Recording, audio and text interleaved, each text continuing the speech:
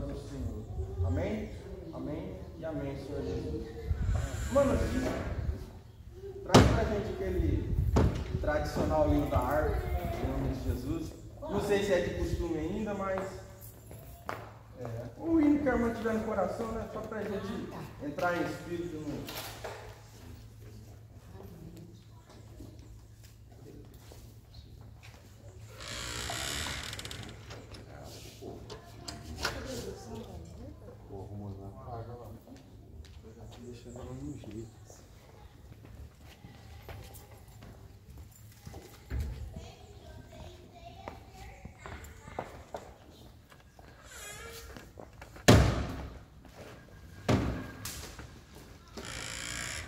Salve a igreja com a paz do Senhor Jesus. Amém, Jesus. Vou cantar o 175. Amém. Irmãos amados e resgatados, segui avante, triunfante, combateremos e venceremos no nome santo de Jesus. No nome santo, alegre canto, eu fui lavado, santificado, vivi perdido, mas sou remido, no nome santo de Jesus. Irmãos amados, santificados, vivi unidos, pois sou remidos, não mais temendo, o bem fazendo, no nome santo de Jesus. No nome santo, alegre canto, eu fui lavado, santificado, vivi perdido, mas sou remido, no nome santo de Jesus.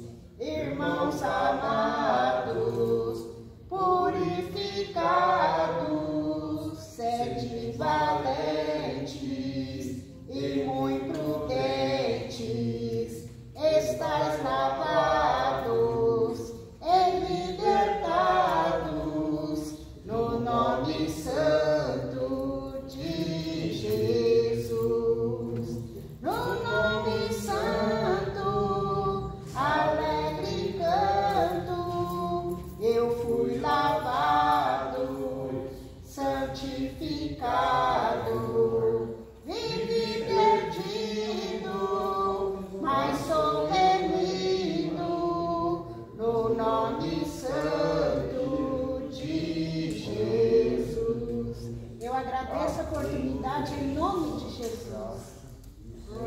Glória a Deus.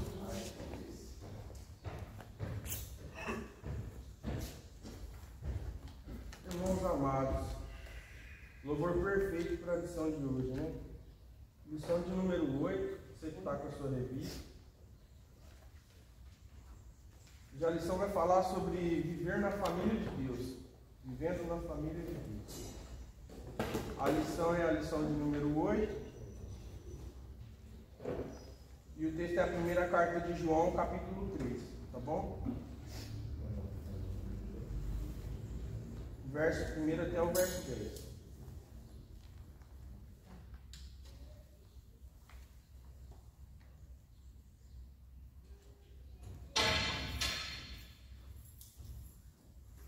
Amém?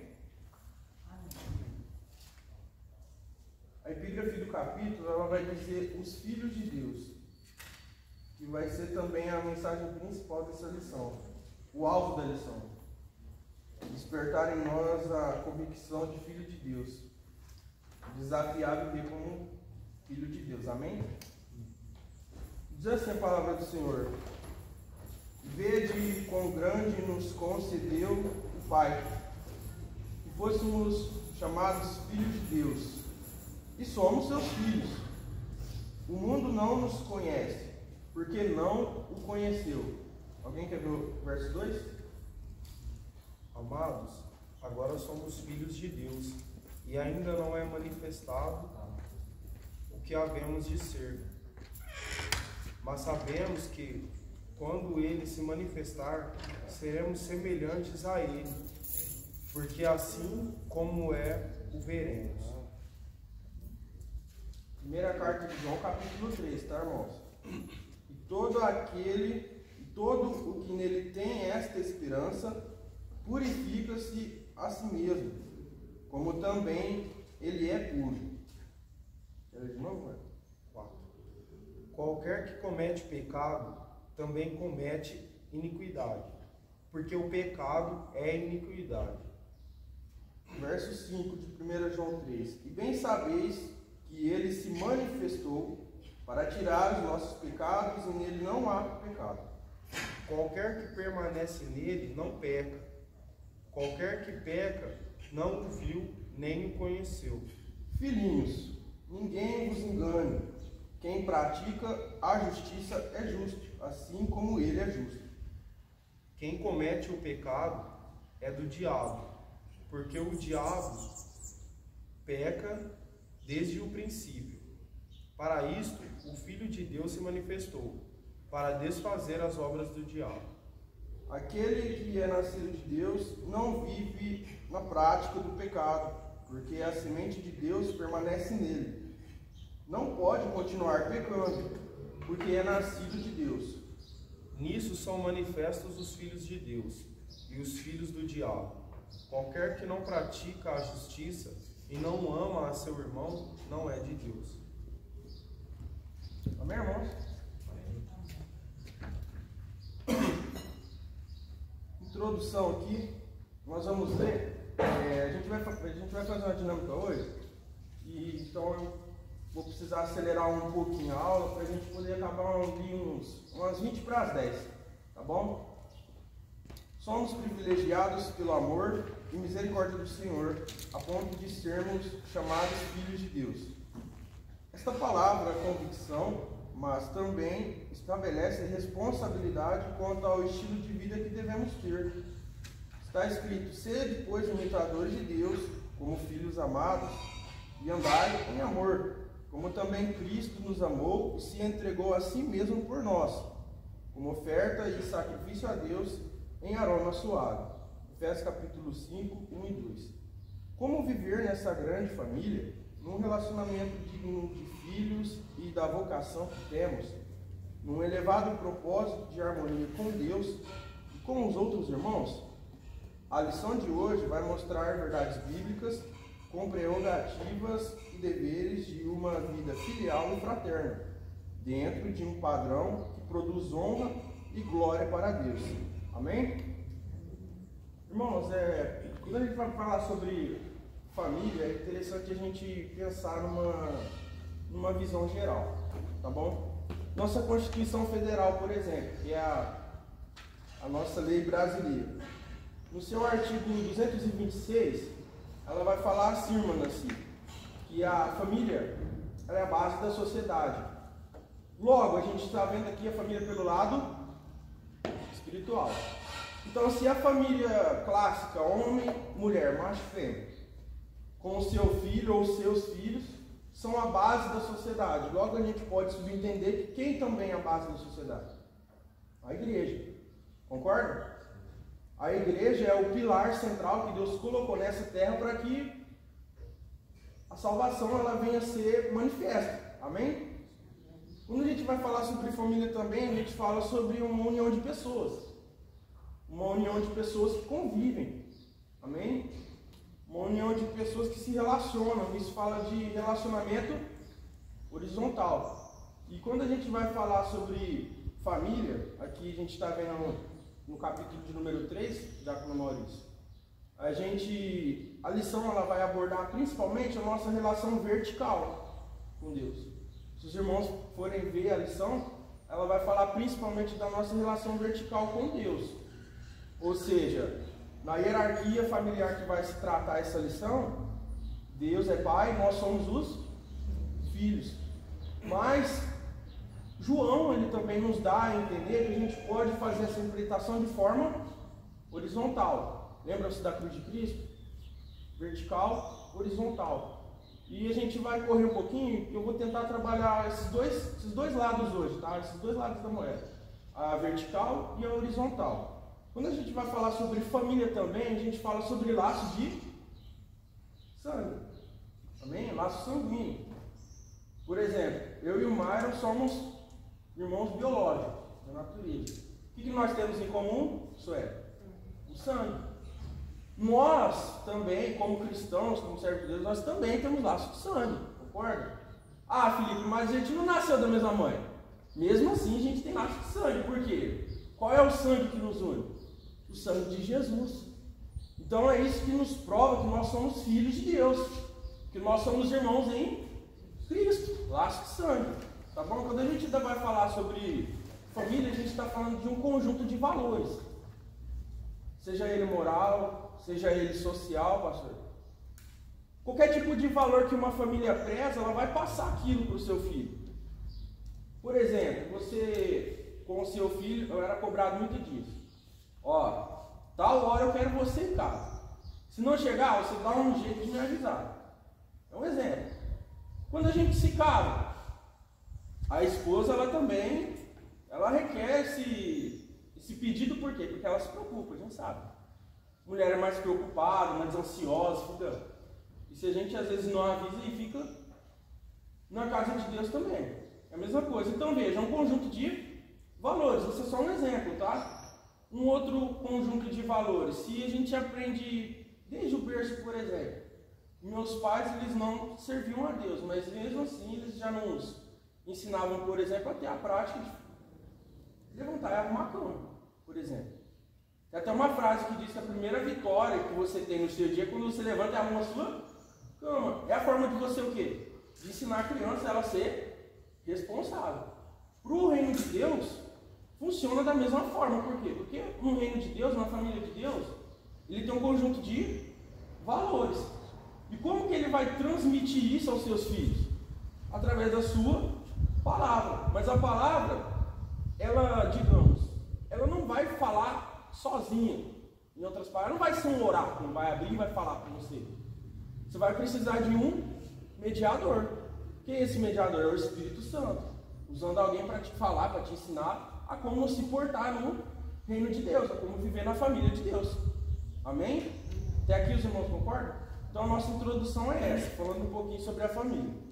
Aí aqui no ponto primeiro a gente vai ver um pouquinho, aí caso os irmãos tenham alguma dúvida, algum comentário, os irmãos levantem a mão, aí eu só vou pedir que o comentário ele seja acelerado para dar tempo da gente fazer a nossa dinâmica. Aí ponto primeiro aqui, ó, vivendo um relacionamento de amor com o Pai. Ponto 1. A iniciativa de amar foi de Deus e não do homem. Pode ler o verso para a gente, pastor? Segue embaixo. Nisto consiste o amor, não em que nós tenhamos amado a Deus, mas que Ele nos amou e enviou seu Filho como propiciação pelos nossos pecados. 2. O alcance do amor de Deus. O amor de Deus nos alcançou na sua prova maior, a dádiva de seu Filho na cruz. Lê pra gente, Jacob Maurício. Mas Deus prova o seu próprio amor para conosco, pelo fato de ter Cristo morrido por nós, sendo nós ainda pecadores. Romanos 5:8, e também João 3:16. A gente fez a leitura desses dois pontos porque dá pra gente fazer uma conexão entre eles. Eu vou explicar para os irmãos por quê. Porque aqui ele vai falar sobre o versículo 1. Tá? O versículo 1 que ele vai dizer assim: vede com grande amor nos tem concedido o Pai, que fôssemos chamados filhos de Deus. Por isso o mundo não nos conhece, porque não conhece a Ele. Então aqui a gente, para analisar esse versículo 1, aí você pode apanhar sua Bíblia aí se você tiver dúvida. No versículo 1 o primeiro ponto que a gente pode pegar para analisar, para ver esses dois pontos, é quando ele diz: quão grande amor nos tem concedido o Pai. Por quê? Porque para a gente entender quando ele diz isso, a gente tem que olhar o cenário que se passava, que ele está se referindo, amém? Qual era o cenário? Um Deus criador e as criaturas. Considere, Jesus ainda não havia morrido por nós, pelos nossos pecados. E o processo da adoção ele está a partir da morte de Jesus, naturalmente. Então, aqui ele fala: quão grande amor nos tem concedido o Pai. Porque quando o Pai nos amou em seu Filho, Jesus Cristo, João 3,16, era como que se não houvesse um grau de parentesco familiar. Por quê? Porque era o Criador provando o amor pela sua criatura, pela sua obra, pela sua criação, amém? Por isso a palavra diz que ele amou o mundo de tal maneira. Um Criador que amou a sua criação, por exemplo. Eu fiz essa jarra, por exemplo. Eu amo essa criação, eu desempenho meu trabalho, eu me esforcei, aqui está a obra das minhas mãos, eu amei isso. Então a palavra de Deus diz que o homem tendo se perdido, o que Deus faz? Ele amou a sua criação, amou o mundo, de tal maneira que entregou o seu Filho. O cenário era esse, tá? Após a morte de Jesus, após esse cumprimento, o que vai acontecer? O cenário vai inverter. Por quê? Veja bem, nós estávamos antes mortos em delitos e pecados. O Romanos 5,8 aí que foi citado, foi mencionado. O cenário era esse: nós mortos em delitos e pecados. A partir da morte de Jesus, o cenário muda. Por quê? Nós de pecadores assumimos através de Cristo a condição de filhos. E agora Deus, para nós, a condição dele de criador muda para um pouco mais especial, para a imagem de Pai. Então vocês estão vendo como muda a condição aqui, o cenário? E ela vai continuar quando ela diz que somos filhos de Deus. Por quê? Porque a partir de agora a gente vai ter um grau de parentesco. Nós e Deus, nós vamos ter um grau de parentesco através de quem? Da pessoa de Jesus. Tá bom? E qual que são os dois pontos do grau de parentesco? Os dois pontos do grau de parentesco são a adoção, que o Senhor nos adota através da imagem do seu Filho Jesus Cristo. Ocorre a adoção através da imagem dele. E depois vem o que nós dissemos lá na introdução? Vem um laço de sangue, o laço sanguíneo, que para sermos familiares, sermos famílias, é um ponto essencial. Tá bom? E a gente vai ler o 3 agora. Testemunho de Paulo. Paulo testifica esse amor na sua própria vida, na entrega voluntária de Jesus por ele. Termina pra gente aí, diaconisa Natália, o versículo.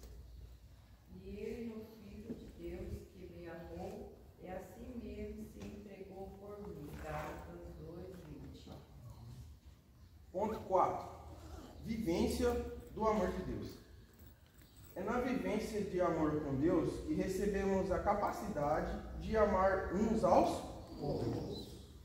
Novo mandamento vos dou, que ameis uns aos outros, assim como eu vos amei. João 13:34. O perfeito amor da divindade entre si, o Pai, Filho e Espírito Santo, é o modelo de inspiração e a inspiração para nós amarmos. Lê aqui pra gente, Manassi, o versículo aqui, como o Pai. Como o Pai me amou também, eu vos amei, permanecei no meu amor. Nos dois versículos seguintes, Jesus desafia os discípulos a permanecerem no seu amor, como ele permanece no amor do Pai. Na base desse amor, ágape, somos exortados a amar nossos irmãos como Cristo nos Amém. João 15:12. A gente pega esses dois pontos e a gente faz um resumo, tá bom? Por quê? Porque Jesus, ele se entregou, ele veio para os que eram Seus. Quem lembra onde está esse versículo? João. João 1? João 1? Onde é que João 1? Você lembra o verso? Veio para o que era seus, mas os seus não receberam. Verso 5 ou 6, acho que é. Não lembro. Tá em João, ó, segura o aviãozinho. Tá lá em João 1. Se não me engano, eu acho que é o verso 14. 11? 11. Tá lá em João 1, tá, irmão? Veio para que era o seu, mas os seus não receberam. E a gente tem que ter isso em mente, por quê? Ele veio para Israel o rejeitou e agora ele é para nós, para aqueles que o aceitaram, tá bom? E a gente para e pensa, e aqueles que não aceitaram? Eles continuam na mesma condição em que nós estávamos. O verso é 11. Cadê meu aviãozinho, Silvio Santos? Tá, segura aí. Eu não quero meu dinheirinho. Não chegou, passa pra ele aí. Passa o aviãozinho pra ele aí. Tá, é o verso 11. A gente tem que saber o quê?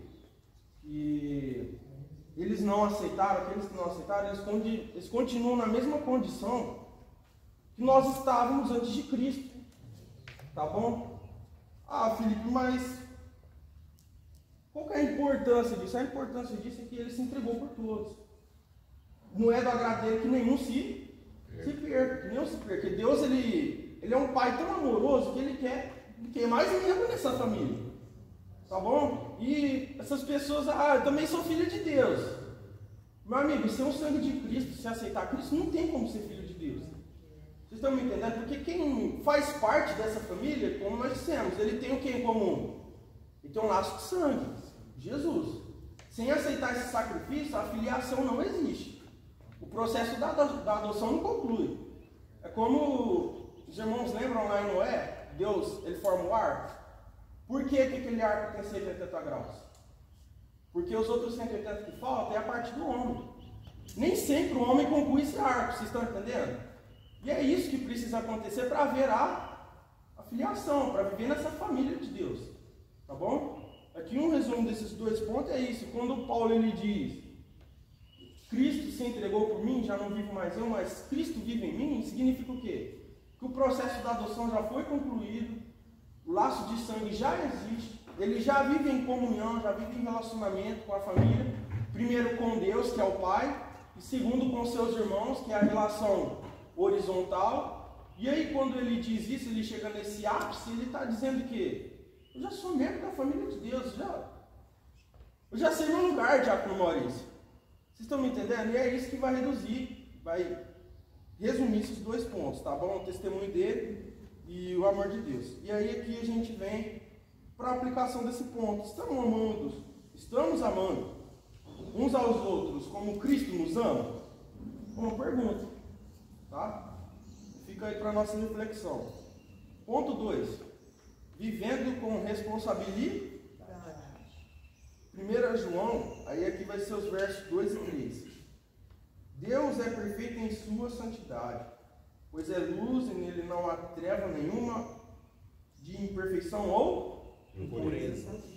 O nosso padrão de santidade é o Senhor e não o homem. Ainda que este tenha alcançado o pico da perfeição e da glória humanas, olhemos os escritos sagrados sobre esse assunto, conforme 1 Pedro 1, 14 a 16.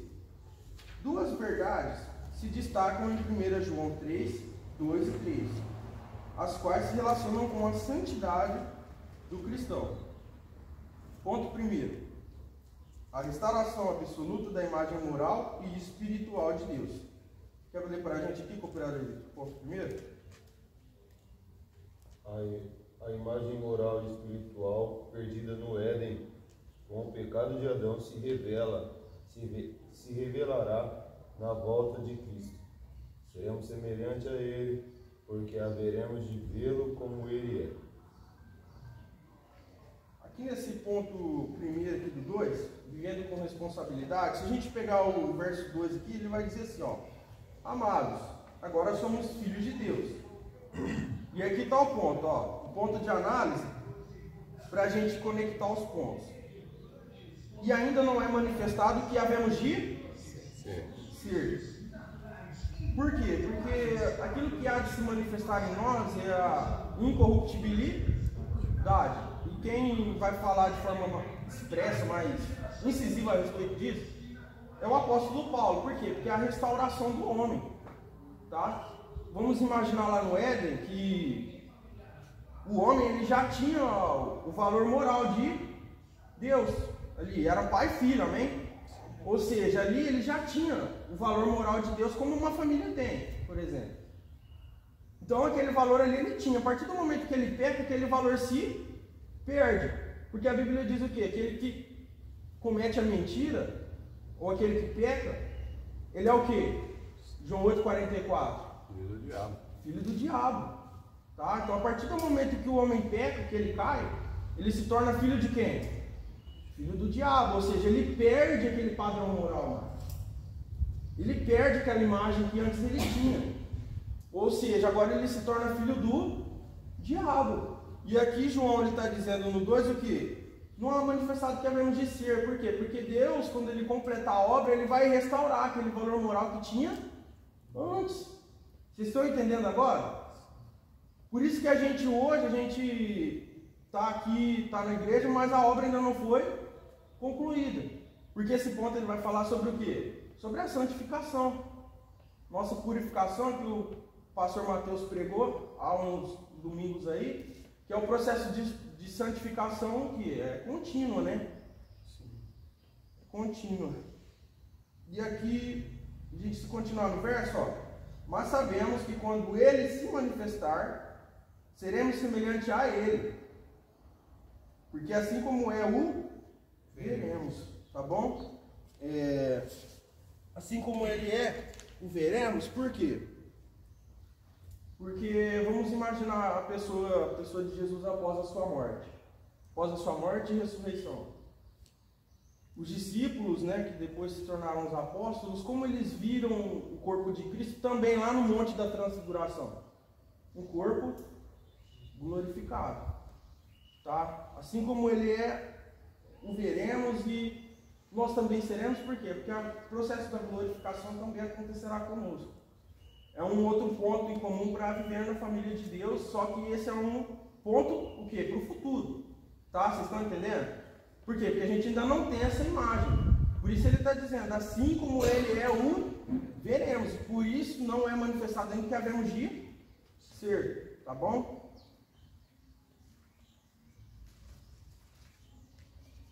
Aí o verso de número 13 ele vai dizer assim, ó. Qualquer que nele tenha esta esperança, purifica-se a si mesmo, como ele é puro. Tá? Por quê? A gente tem que ter em mente que aquele que é filho de Deus e sabe que esse processo ainda não foi concluído, mas ele precisa ser concluído, ele tem o quê? Ele tem a esperança, tá bom? Mas não é uma esperança comum, tá? Uma esperança natural. Uma esperança que compreende o quê? 2 Coríntios 13, eu não vou me lembrar. Se eu errar o texto, os irmãos me perdoem. Dessas três permanecem a fé, o amor e a esperança. É 1 Coríntios 13? Dessas permanecem essas três: a fé, o amor e a esperança. E o amor. Isso. E a gente sabe que das três, a maior é o amor, mas as três andam juntas. Tá? Por quê?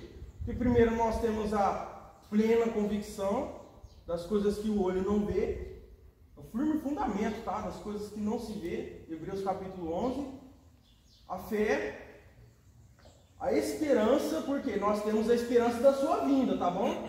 Vocês estão entendendo? Por quê? Essa esperança que a gente tem ela por causa da fé. Não é como você ter a esperança, por exemplo, de subir num cargo na sua empresa. Às vezes você tem até fé, mas ele não tem aquela conexão espiritual. Vocês estão me entendendo? No reino de Deus é diferente. É a fé, a esperança, que é o que está dizendo aqui o verso 3. Por que a esperança é importante? Porque a esperança é que vai conduzir a mim e a você a se santificar. Se a gente tem essa esperança, se a gente guarda essa esperança, o que a gente naturalmente vai fazer? A gente vai se separar. Não, eu estou esperando, faço parte da família de Deus. Eu sou o filho dele, convivo com meus irmãos, então eu vou me separar. Por quê? Porque quem Quem não anda nesses princípios é filho de quem? É filho do diabo. Eu não sou filho do diabo, eu sou filho de Deus. Então o que eu vou fazer? Eu vou me separar, vou me santificar. E é isso que ele está falando. Que aquele que tem essa esperança, ele purifica-se a si mesmo. Ou seja, ele se separa, ele mortifica a sua carne, ele se mata. Tá bom? E ele mata a sua carne, é isso que está falando. Como? Através da palavra. Tá? João 17:17. Através da oração, tá bom?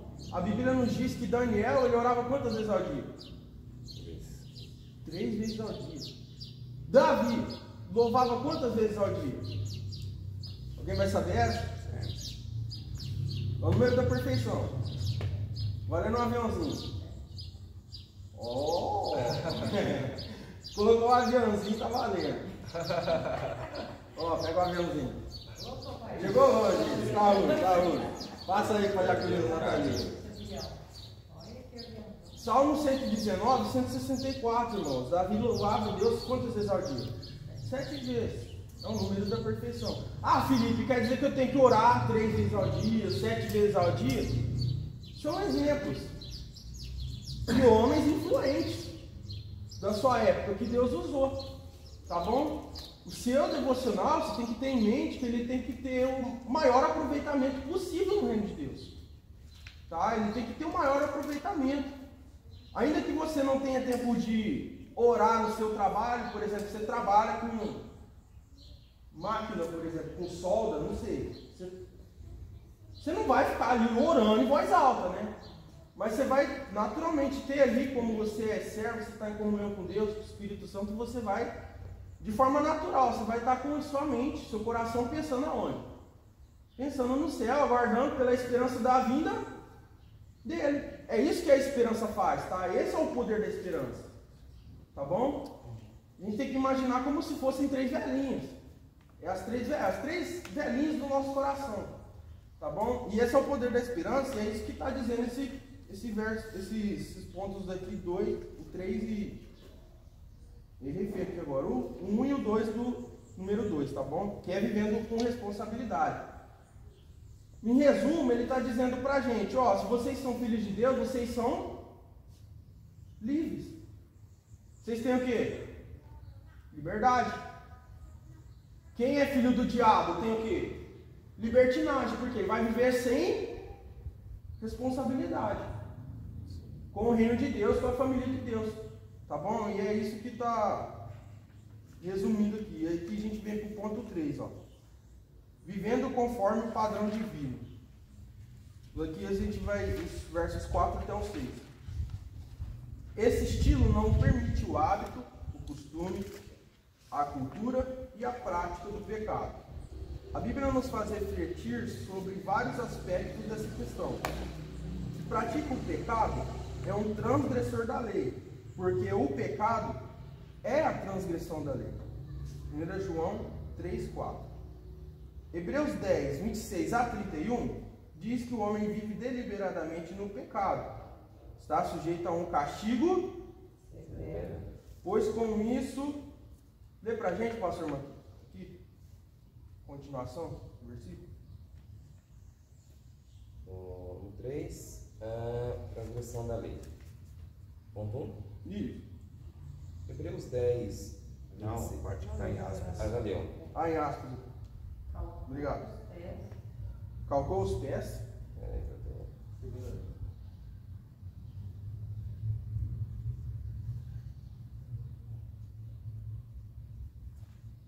Calcou os pés o Filho de Deus e profanou o sangue da aliança com o qual foi santificado, e ultrajou o Espírito da graça. A vingança do Senhor cairá sobre o tal, e ele saberá que horrível coisa é cair nas mãos do Deus vivo. Aí aqui embaixo tem a aplicação. O pecado nunca deve tornar-se prática de vida para o servo de Deus. E aqui está no versículo de número 4, tá? E ele diz assim, ó, qualquer que comete pecado também comete iniquidade.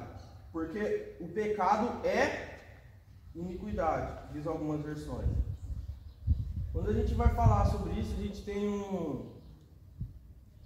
a gente tem um abismo, digamos assim, porque são duas palavras que elas têm um ponto em comum, mas elas também têm um diferencial. Elas têm uma diferença. E aqui a gente vai ver por quê. Por quê? O pecado, o significado dele, os irmãos sabem, é o erro do alvo. Que o Congresso das Crianças falou sobre o alvo. É quando você erra o alvo, quando você peca. Para a gente poder falar sobre pecado e iniquidade, colocar os dois lado a lado, imagina um debate. Um do lado, o pecado do lado e a iniquidade do outro. Para a gente ver dessa forma, fazer essa análise, a gente pode usar um exemplo. A palavra pecado. É aquele erro que acontece, irmão Nancy, por descuido. Ah, Felipe, como assim por descuido? Estou lá no meu trabalho, não estou em espírito, aí acontece uma situação, eu bravejo, eu quebro tudo, faço aquela arruaça e dá aquele escândalo. Isso é o quê? É pecado. Aconteceu por quê? Pela falta da vigilância. Isso é pecado, tá? É quando acontece por descuido. Vou citar outro exemplo. Na medicina, um médico, um cirurgião anestesista, vamos dizer que ele é o melhor do Brasil, por exemplo.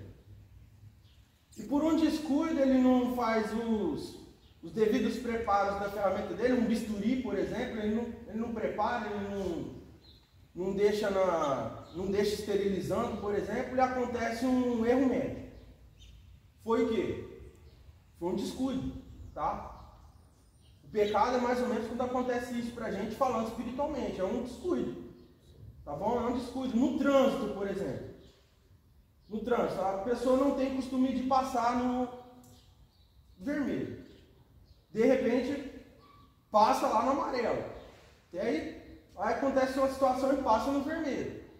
Eu tenho um exemplo lá do meu supervisor, que ele teve um acidente, Deus livrou ele, o filho dele. Mas por quê? Por causa da correria ali do trânsito, né? Uma moça acabou se descuidando e acabou pegando o carro dele mais um outro. Acontece por quê? É todo dia que acontece um acidente de percurso? Não. Foi o quê? Um descuido. Tá bom? E assim a gente pode entender a palavra pecado. Agora a palavra iniquidade, a gente pode entender ela. Aqui eu separei a palavrinha aqui. É o que ocorre pela imprudência. O que é imprudência? Vamos pegar o mesmo exemplo, o médico. O médico errou lá, não fez o procedimento que era o necessário. Aí uma vida se perdeu. Um descuido. A partir do momento que ele passa a perder aquela consciência e ele perde o hábito que antes ele tinha e começa a se tornar um hábito, ele não cuidar, não preparar bem aquilo que ele vai precisar, a orientar a equipe dele, por exemplo, a partir de uma que se torna uma prática, é como se a gente estivesse falando o quê? Aplicando para nós é a iniquidade. É uma sucessão de pecados. Não? Por quê? Porque a iniquidade é como se a gente estivesse falando do pecado de uma forma mais agravante. E por isso que ele fala que aquele que é filho de Deus, ele não vive pecando. Tá, ele é pecador sim, ele vai errar sim, vai ter um momento que ele vai ter um descuido sim. Mas ele vai reconhecer, ele vai confessar, vai herdar de Deus a misericórdia, Deus vai perdoar ele não vai fazer mais. A iniquidade é o quê? É quando ocorreu uma vez e é prática. Dor. Atenção. Vocês estão entendendo? Essa é a diferença de pecado para iniquidade. Quando Deus vê Lúcifer lá andando sobre as pedras afogueadas, o que ele vai dizer para ele lá em Ezequiel 28? Perfeito era no dia em que foste criado, até que foi encontrada iniquidade em ti. Pecado agravante, tá bom? Pai da mentira. Planejamento. O importante é fazer algumas distinções, né, para ficar claro esses assuntos. Inclusive o texto de Hebreus 10 aqui, ele fala sobre aqueles que pecam voluntariamente, ou seja, aqueles que pecam conscientes de que estão cometendo o pecado, ou seja, pecam por querer pecar. Tá? Por querer pecar. Há uma distinção interessante de que o pecado ele existe na vida do cristão. Não há quem não peque, só de dizer que não peca já está cometendo pecado.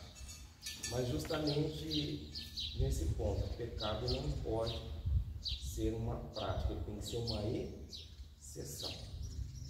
Às vezes um descuido, às vezes uma falta de atenção, às vezes um momento complicado, a pessoa comete um pecado, mas ela não vive pecando na prática do pecado. E nós aprendemos recentemente na teologia que existem duas formas de errar. Uma é por imperícia e a outra é por imprudência. A imperícia é quando você erra pela falta de saber e de conhecer. E a imprudência é quando você erra, mesmo conhecendo, mas pela falta do cuidado ou da vigilância, como podemos aplicar a vida do cristão. E às vezes o cristão ele erra por isso. Ele sabe, ele conhece, mas a falta da vigilância, a falta do cuidado, leva ele a um erro por imprudência.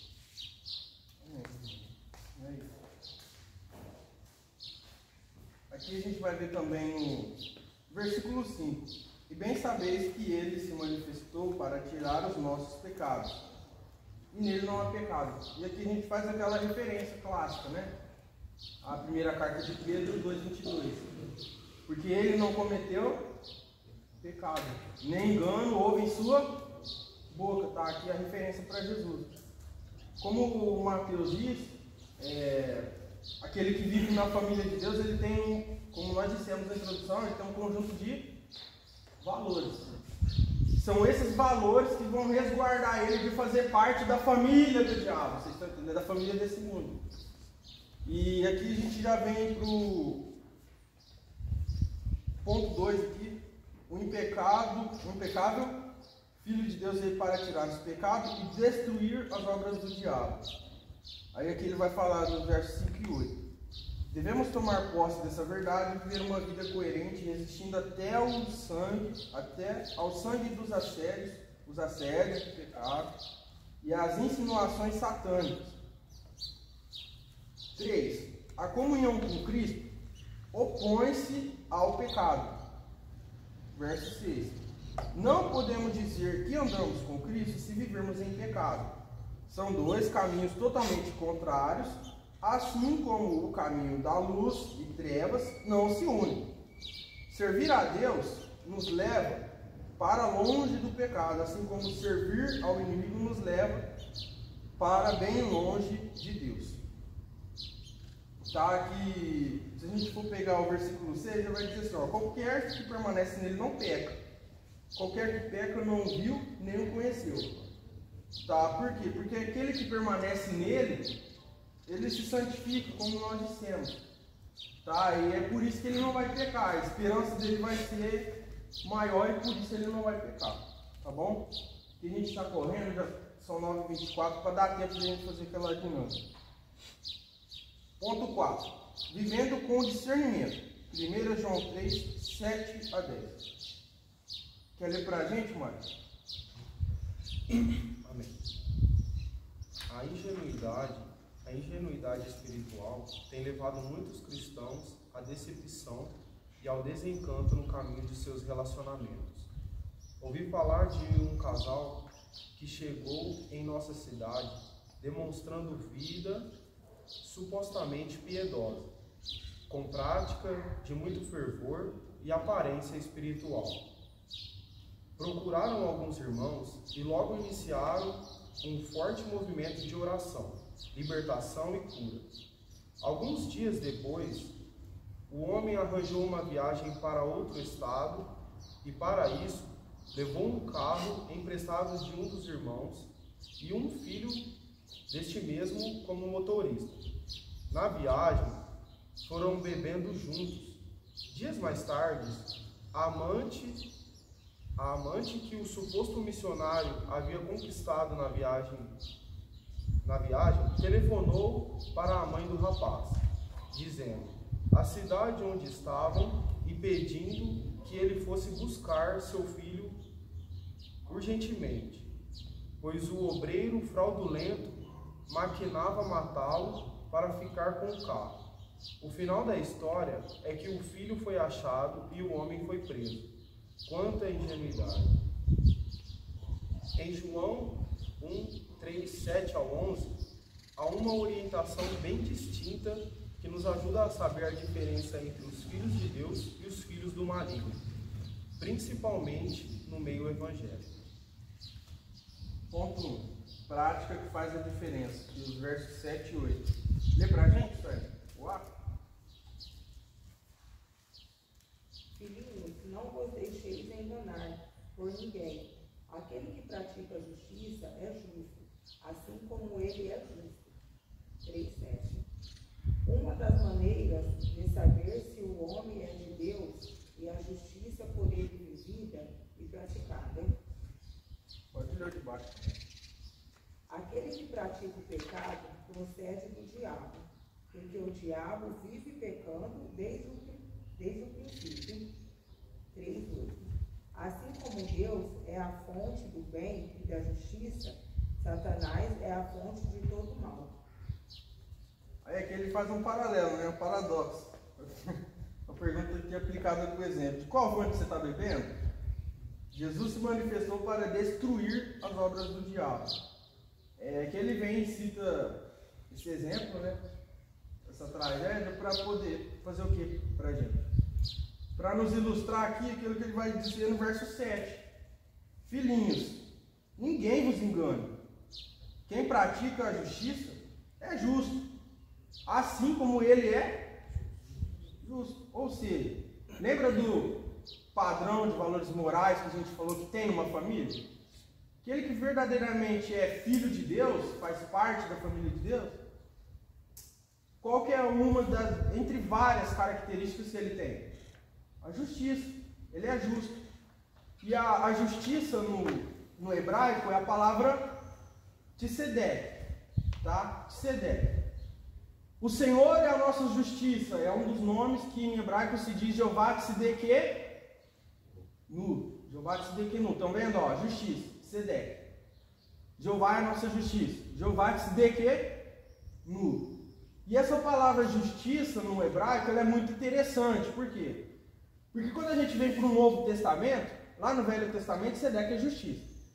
Quando a gente vem para o Novo Testamento, tem uma palavra igualzinha a ela, assim. Se a gente fosse trazer do hebraico para o grego, a palavra seria a palavra emeleus, no grego, tá? Só uma curiosidade para vocês. É a palavra emeleus. Ah, Felipe, qual que é o fator de interesse aí? Qual que é o interessante? Interessante é que a emeleus, ela significa tanto justiça quanto caridade. Em outras palavras, significa amor. Ou seja, o grego do Novo Testamento, ele está dizendo que justiça não é apenas a justiça que a gente conhece, ele é o quê? É amor. Por isso que Jesus, quando ele se manifesta, ele reduz a lei em 2 mandamentos. Mestre, qual é o maior mandamento? Ama o Senhor teu Deus de todo o teu coração, de todas as suas forças, de todo o teu entendimento. E ama teu próximo como a ti mesmo. Em outras palavras, aquele que é justo, ele ama. Vocês estão entendendo? Aquele que é justo, ele ama. Então, aqui quando está dizendo aquele que pratica a justiça, é justo assim como ele é justo, entenda assim também, porque também é aplicável. A Bíblia, lá nos originais, ela dá essa margem para a gente fazer isso. Aquele que ama, troque aqui a palavra justiça por amor. Ó, vamos pegar aqui, senão vai ficar confuso. Ó, verso 7. Ninguém vos engane. Quem pratica justiça, no grego é emeleus, tá? Agora a gente troca. Aqui o sentido de justiça pelo emeleus, que significa amor. Quem pratica amor é amoroso ou justo. Assim como ele é justo ou amoroso. É a mesma coisa, vocês estão entendendo? Essa é a parte máxima. A parte máxima que a gente entende que Jesus cumpriu a lei. Porque ele não foi apenas justo. e foi o próprio amor personificado. Tá bom? E é isso que esse exemplo, que embora pareça desconexo, ele está dizendo para a gente. Que os irmãozinhos, eles foram ingênuos, porque eles acreditaram num homem ali que aparentemente era da família de Deus, mas na verdade ele estava com um amante aí, outra mulher, coisa que a gente fica até escandalizado de falar. Né? E aqui o verso 8 ele vai dizer assim, ó, quem comete o pecado é do... Porque o diabo peca desde o princípio, ou seja, ele já tem uma carreira aí nessa vida. Ele já vem praticando, ele já vem fazendo. É como o Mateus disse, qual é a segunda palavra? É a imperícia, é a imprudência? A imprudência. É a imprudência. Ele já vem dessa prática e aqui o versículo vai continuar dizendo assim. Para isso o Filho de Deus se manifestou, para desfazer as obras do diabo. Por quê?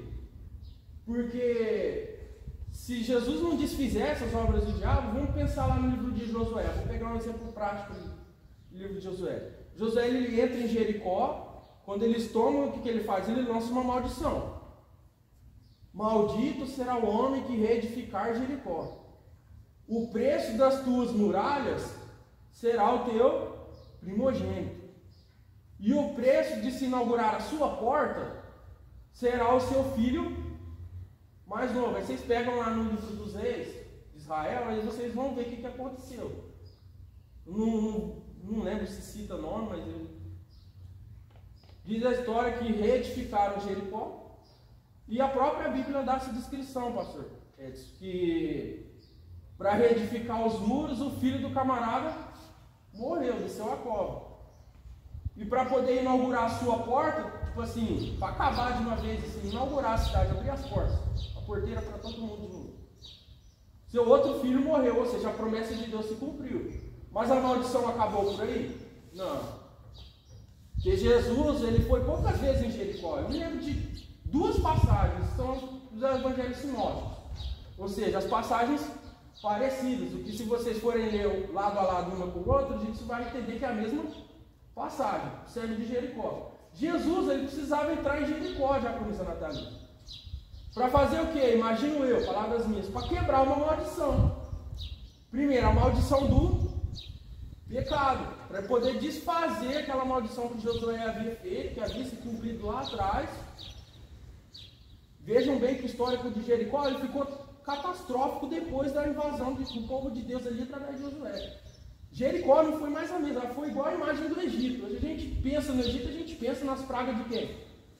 Nas pragas de Deus, sobre o faraó. Jericó, a gente pensa ela mais ou menos no mesmo cenário. Por quê? Porque Jesus ele vai entrar em Jericó não apenas para curar o cego. Ele vai entrar lá, em outras palavras, para quebrar a maldição. Isso tem uma figura para a gente, para quebrar a maldição do pecado, para depois vir alcançar eu e você. Em outras palavras, alcançar o cego de Jericó.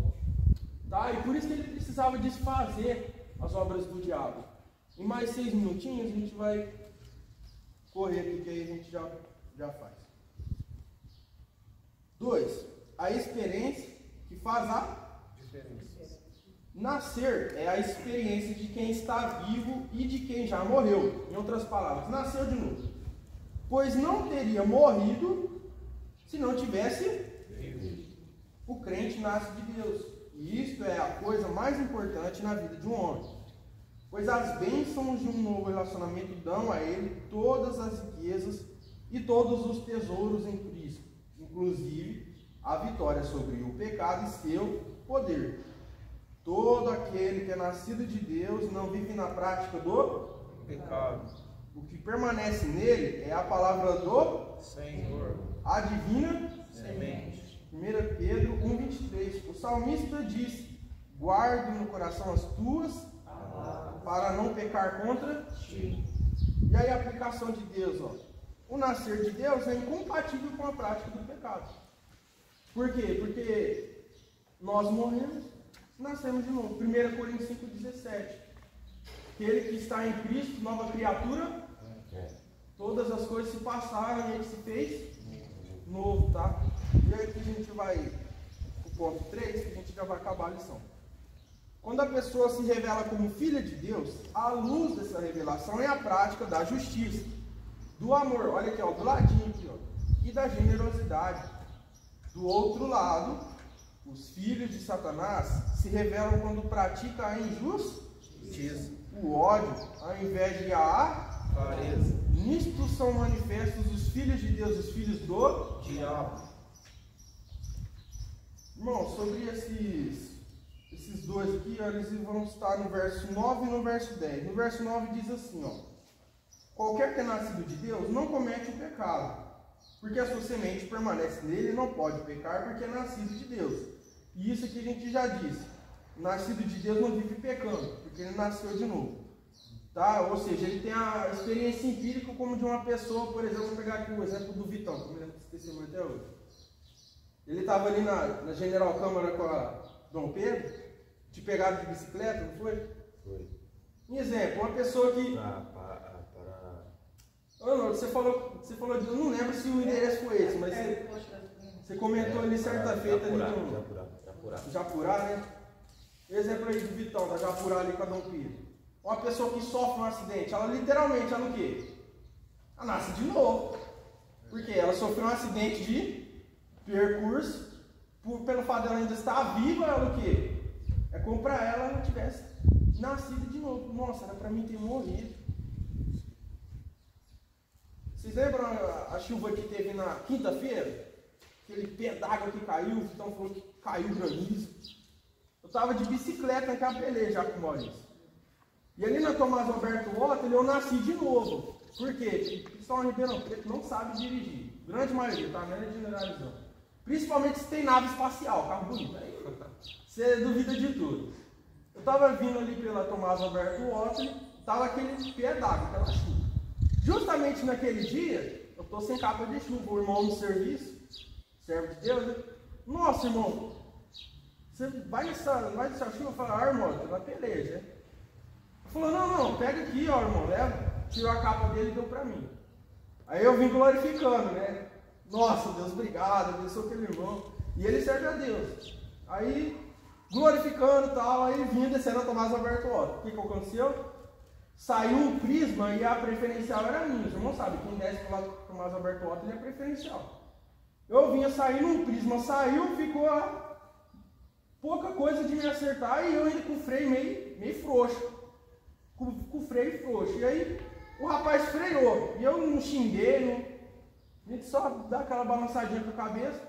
E a pessoa errou, viu que errou e tava aquela chuva. E aquela. Um outro exemplo que eu falo, que eu nasci de novo. Por quê? Irmão, se aquele carro me pega ali. Eu acho que só ia ter historinha falando, nossa, o operador Felipe morreu no grande estilo. O Prisma passou em cima dele. O Prisma é um Camaro de classe média, né? Se a gente for pegar. Mas é um exemplo, porque nós, quando estávamos no mundo, é como se a gente tivesse sofrido um acidente de percurso. Aí Jesus vem e nos encontra. Aí o que acontece? É como uma pessoa que saiu de um acidente. Porque ela nasce de novo. O melhor exemplo, tá? Aí o verso 10, nisto são manifestos os filhos de Deus e os filhos do diabo. Qualquer que não pratica a justiça, que aqui a gente disse a palavra no grego emeleus, que também significa amor, ou seja, qualquer que não pratica o amor, não ama seu irmão. Ou seja, não é de... Por quê? A característica do filho de Deus, ele vive a liberdade, tá? Com responsabilidade.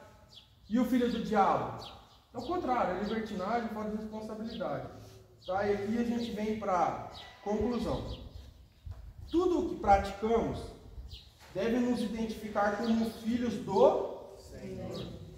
Sede, pois, imitadores de Deus como filhos amados. Efésios 5:1. Devemos lutar diariamente contra o pecado. Nossa resistência não deve ser minada por atitudes ou atos que venham desabonar nossa filiação ao Pai e fazê-lo desacreditado no mundo.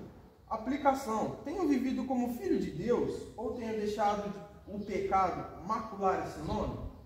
Tá? É uma reflexão que fica pra gente. Aí a gente já parte para a nossa dinâmica. E eu quero terminar essa lição falando sobre o relacionamento horizontal, lembra? Aqui a lição ela está falando sobre o vertical, nós como filhos de Deus. Mas a gente sabe que também existe o horizontal, tá? Na primeira carta de João, ainda aqui na carta de João, se você pegar o capítulo 2, o versículo 12, ele vai falar sobre os filhinhos. E aqui a gente vai fazer uma comparação diferente. Por quê? A gente vai falar sobre relacionamento horizontal, irmãos em Cristo, família de Deus, igreja, tá? Quando ele vai falar sobre os filhinhos, é uma palavra que ele usava indicando um certo tom de preocupação, Diácono Maurício. Porque quando ele diz filhinhos, por exemplo, aqui onde a gente leu no ponto de número 4 da lição, os filhinhos é aqueles que estão mais propensos a serem o quê? Ingênuos, tá? Pelo quê? Pela falta de conhecimento. A gente pode fazer um paralelo dos filhinhos, pastor Ed, com aquele novo convertido que chega. Ele ainda não tem aquele conhecimento, ele ainda não tem aquele, digamos, aquele metabolismo, aquela estrutura para poder resistir. E o que caracteriza um filhinho? Ele precisa de leite. É como um recém-nascido. O novo convertido é um recém-nascido na fé. Em outras palavras, ele precisa de leite. Se você não dá leite, ele morre, ele perece. Tá? E João ele vai falar a respeito disso. Com os filhinhos a gente faz esse paralelo. Um outro paralelo que a gente faz, também no capítulo 2 aí, ó, se a gente pegar o versículo de número 13, 1 João 2,13, são os pais, tá? E os pais aqui a gente faz um paralelo com quem? Lembra de Abraão? Pai da... A gente traz um paralelo aqui dos pais com aqueles que já têm mais tempo de convivência, já têm mais tempo de experiência, de jornada cristã, de convivência, intimidade, ou seja, tem mais tempo na família de Deus. Vocês estão me entendendo? Aqui, quando a gente fala dos pais, a gente faz essa ponte. Quem seriam os pais? Seriam aqueles que têm mais tempo, que mais têm experiência, que têm mais subsídio. Aqueles que têm mais subsídio para aconselhamento, para orientação, para fazer visita, toda essa obra, vocês estão entendendo? Esses são os pais na fé. E aí no 14 aqui também, ele vai falar sobre os jovens. Versículo famoso, né? Eu vos escrevi jovens, porque sois fortes. Quando eu entrei aqui era o grito de guerra da juventude, esse versículo. E os jovens a gente faz o paralelo com quem? A gente falou, ó, dos filhinhos e dos pais. Os filhinhos são os novos convertidos, amém? Os pais são os que já têm mais tempo, amém? Quem é o jovem? Quem está no meio dessa jornada.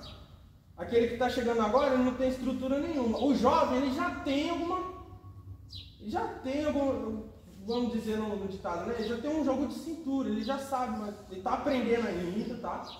Ele vai errar algumas vezes, mas ele já sabe alguma coisa. Digamos ali que o fruto está verde. O filhinho não tem fruto, o jovem o fruto está verde e o pai o fruto está maduro, tá? Essa é a figura, só para ilustrar aqui e falar um pouquinho sobre o relacionamento horizontal. Tá bom? Agora a gente vai fazer nossa dinâmica. Vocês têm alguma dúvida? Vocês querem fazer algum comentário? Se não tiver, a gente já parte para a nossa dinâmica. Falta 16 minutos, dá para a gente fazer numa... Não? Amém? Nenhum dúvida no comentário, amém? Não? Então vamos lá, ó. Eu vou separar vocês em dois grupos aqui. Vocês estão em 8. Separar 4, tá bom?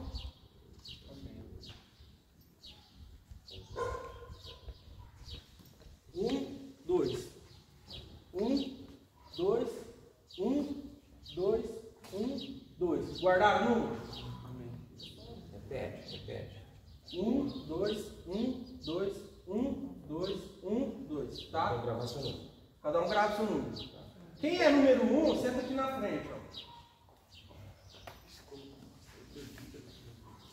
Aí o 2.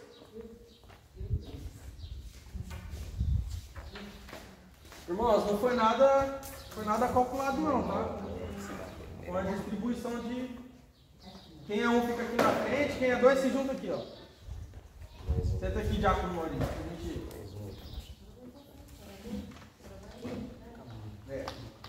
Ó, é o seguinte, agora a gente vai ter uma espécie de um jogo dos pontinhos, tá? Vocês viram que tinha alguns aviãozinhos aí? Esses aviãozinhos eram de 1 talento, tá bom? Tá bom? Vocês estão aqui comigo? Quantos talentos? 1 talento. Era o aviãozinho. Quem recebeu um aviãozinho aí, levanta a mão.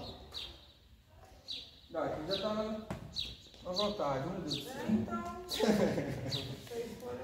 Jesus. Inverter um, quer trocar um, para equilibrar, 2. Os irmãos que sabem. Troca, senão... Tá bom, pro fundão. Vem o senhor pra cá agora. Não. Vem, irmãzinho, então.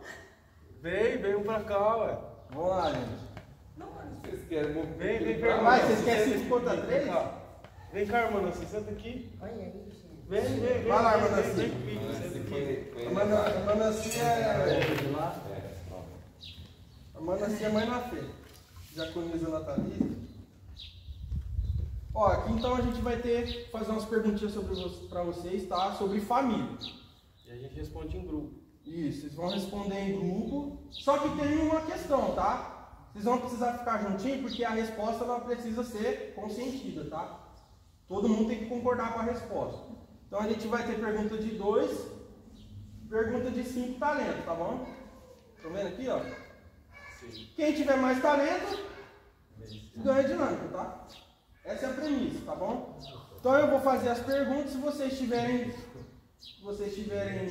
dúvida aí, vocês tirem entre vocês conversam. A resposta ela precisa ser unânime, tá bom? Ó, a primeira pergunta. E essa pergunta ela vale 2 talentos. Pai em aramaico. Valendo 5 talentos. Boné tem. Aba. Paulo diz, Aba, Pai. Pelo que clamamos, Aba, Pai. Não, 2 talentos aí. Meu. Não, vale 5, troca aí. Eu já ouvi água, mas eu também. Mas Já eu lembrando nem- do boné, tem um neném tem. Ah, papai, eu li daí. Boné também? Boné, Água, nossa. A segunda que valia 2 talentos, mesa tem. Eu sou ruim. Aba. Eu sou ruim. Ó, a segunda pergunta aí, ó. Quem é meu parente? Uma pergunta. Valendo 5 talentos. Ele é pai do meu pai. Não. Pensa bem, olha. Vocês não estão conversando em grupo. Precisam conversar em grupo antes de responder, tá? Senão é o time que perde, tá? Pai?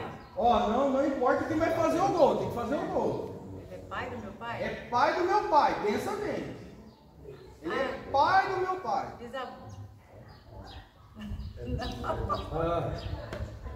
Pode. Deus é pai de todos. É pai, meu pai e é pai também do meu pai. Gente, não tá nem dando. Ah, não. Tá nem dando. Não, mas também sai. A segunda, ó. Não. Não. Lembra aqui, ó. Não, esse é Vocês pensaram no pai minúsculo. Tem um pai maiúsculo também. Ele é pai do meu pai. E o 2, ó. Eu sou seu filho. Pai de Deus, tá? É isso aí. É uma figurinha. Deus, ele é pai, mas ele também é avô. Deixa eu ver aqui. Ó, 5 talentos. Não, Matheus não serve pra brincar, não. Tá desqualificando já. Não serve, não. Ó, esse aqui vale 2 talentos, tá? Qual o parentesco de Ruth com Davi? Primeiro, tia-avó. Segundo, tia. Terceiro, bisavó. E quarto, primo. Vou repetir, ó. Primeiro, tia-avó. Segundo, tia. Terceiro, bisavó. E quarto, prima. Parentesco de Ruth com Davi. Bisavó. 10 a 5.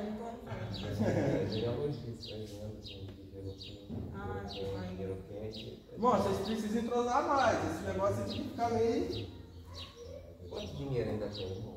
Ah, tem bastante aqui ainda. 4. Esposa e filhos de Moisés. Repete. Primeiro, Zípora, Gerson e Eliezer. Segundo, Zípora, Manassés e Eliezer. Terceiro, Zilpa, Eliezer e Gerson. Zilpa, Eliezer e Gerson. Tem certeza? Vocês estão respondendo sem consultar o...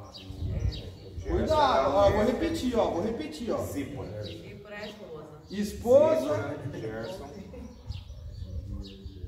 esposa e filhos de Moisés. Vou ler de novo, ó. São dois Zípora, filhos. Zípora, Gerson e Eliezer. Prestar atenção aí, ó. Conversar entre vocês. Gerson e Eliezer. Segundo, Zípora, Manassés e Eliezer. E terceiro, Zilpa, Eliezer e Gerson. Zípora, Manassés e Eliezer. Não. Bom, ninguém acertou? É Zípora, Gerson e Eliezer. Ué, o que eu falei? Manassés. Falei Zípora. Não, Manassés. Não, falei Zípora. Houve Manassés.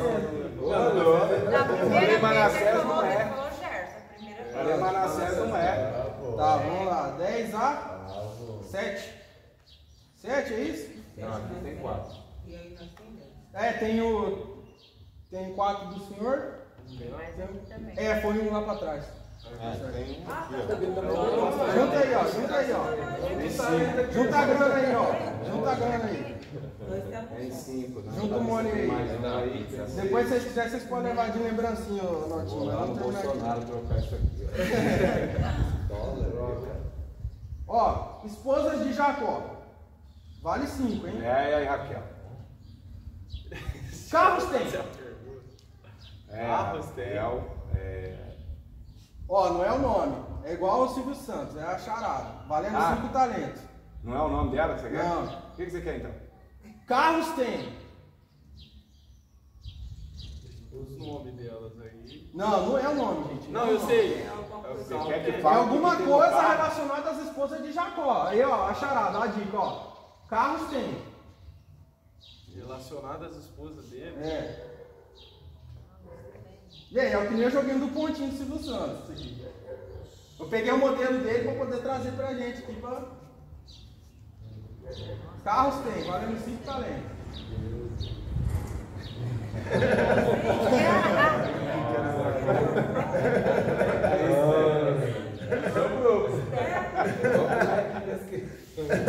Essa foi tem step. Então, tem step, ó. Essa parte aí tá estranha. Carro tem. Carro tem. Não? Valendo 2 talentos. Quadrúpedes tem. Corcova. Quadrúpede. Adulto. 4 papas. E as esposas de Jacó?